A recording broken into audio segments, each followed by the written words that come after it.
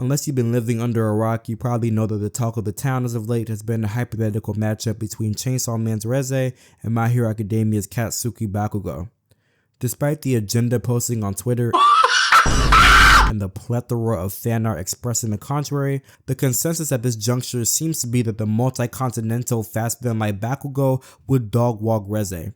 I've been shocked to see just how many people have been parroting these same exact arguments over and over because, in my opinion, it really does not hold up under scrutiny. Now, the Reze scaling I've seen is generally fine. Speed-wise, Supersonic sounds about right considering feats from characters like the Angel Devil.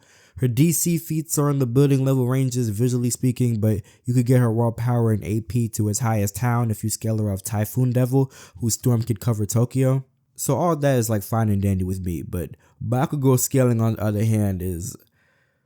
Okay, let's start with the whole faster than light thing. This claim is substantiated by three key things: Aoyama's laser, Shigaraki's radio wave, and the laser Star and Stripes caught. Let's go one by one here. People using Aoyama's laser to scale My Hero Academia's speed will always confuse me.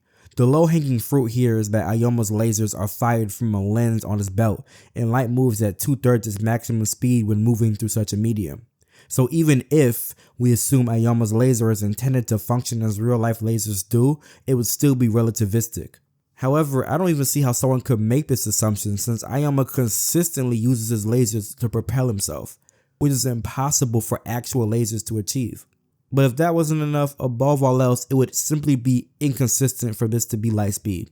We've seen Aoyama's lasers move relative in speed to Sero's tape and Mina's acid. In fact, Mina herself can casually react to and dodge these lasers. It most certainly does not track for any of these characters to be light speed or even relativistic, considering Ida has always been portrayed as among the fastest of Class 1A, most certainly faster than Sero or Mina at any point of the story. This goes for the Ida back in the sports festival and the Mirio fight, and certainly applies to the notably stronger, better trained Ida of chapter 390, where he needs to go all out to reach transonic speeds. Speeds that are not only hyped up, but is so fast that Todoroki needs to use his quirk to reduce the drag and friction from the velocity. I think this should speak for itself. You simply cannot argue faster than My Hero Academia that early on in the series and that low in the scaling pecking order. It is for this reason that Shigaraki and Stars and Stripes feats are marginally more convincing, but they still ultimately fall flat. For Shigaraki's radio waves, Stars and Stripes is literally aim dodging, preemptively evading the attack before it is even thrown. There is also room to scrutinize this attack even being light speed, as with Aoyama. Radio waves in isolation are light speed, sure, but Shigaraki uses it in tandem with air cannon and heavy payload, which could potentially nerf its speed by adding mass. A theory that is supported by all of the jets dodging the attack, which runs us into the obvious issue of mere pilots having relativistic to light speed reactions and the jets being relativistic in speed. The latter in particular makes no sense when state-of-the-art military tech is hyped up at hypersonic. Mind you, these are missiles which are generally faster than jets, so this doesn't make any sense. And lastly, Stars and Stripes catching a laser. I've never been a fan of wanking characters to light speed on the basis of pretty generic laser timing feats. Laser timing in fiction is literally so ubiquitous that it is not always intended to be a showing of light speed reactions or movement. But on top of that, the laser literally tags her. We see the laser strike Stars and Stripes before she has a chance to make it malleable, which she does on the following page.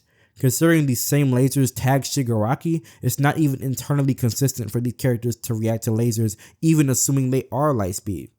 That leaves us with the multi-continental arguments, which is really just substantiated by Deku's final smash. The feat in question being the shockwave of Deku's punch, clearing a storm in Japan and even changing the weather in America for an entire week. Now the first part of this feat should comfortably be country level, and that's fine with me. But the second half, Deku affecting the weather in America from Japan, that's what people use to get multi-continental. The issue with all these multi-continental calcs is really simple. It just comes down to speed.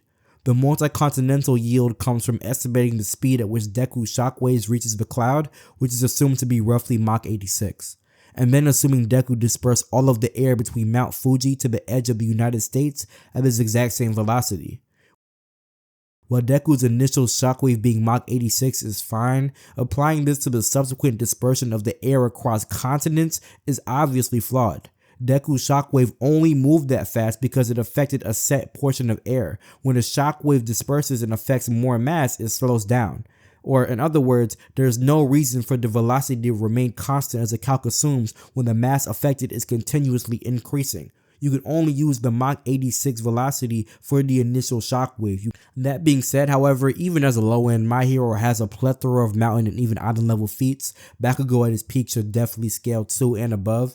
I definitely agree Bakugo wins, it's just not for the reasons everyone else is parroting. Did I use this fandom war as a way to Trojan horse a My Hero debunk I've been waiting to drop?